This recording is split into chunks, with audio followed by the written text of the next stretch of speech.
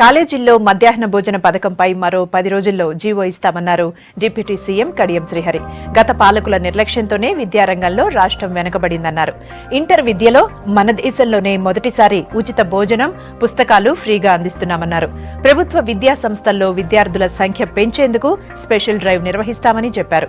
Parents కు government విద్యాలయాలపై నమ్మకం కలిగేలా అధికారులు కృషి చేయాలన్నారు కడియం. తెలంగాణలో చదువుకున్న ప్రతి బిడ్డ విద్యా విషయంలో, విద్యా ప్రమాణాల విషయంలో దేశంలో ఏ విద్యార్థితోనైనా పోటీ పడే విధంగా మన ప్రమాణాలు ఉండాలి అని వారు ఎప్పటికప్పుడు మనకు మా డిపార్ట్మెంట్కు ఆదేశాలు ఇస్తున్న విషయాన్ని కూడా ఈ సందర్భంగా నేను గుర్తు చేస్తున్నాను.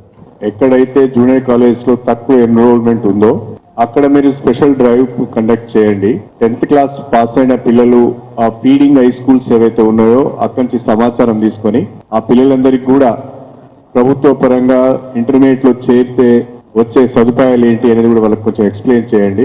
ప్రధానంగా మొట్టమొదటిసారిగా ఇంటర్మీడియట్ ఎడ్యుకేషన్ ను మనం ఫ్రీ ఎడ్యుకేషన్ గా డిక్లేర్ చేస్తాం. దేశంలోనే మొట్టమొదటిసారిగా తెలంగాణ ప్రభుత్వం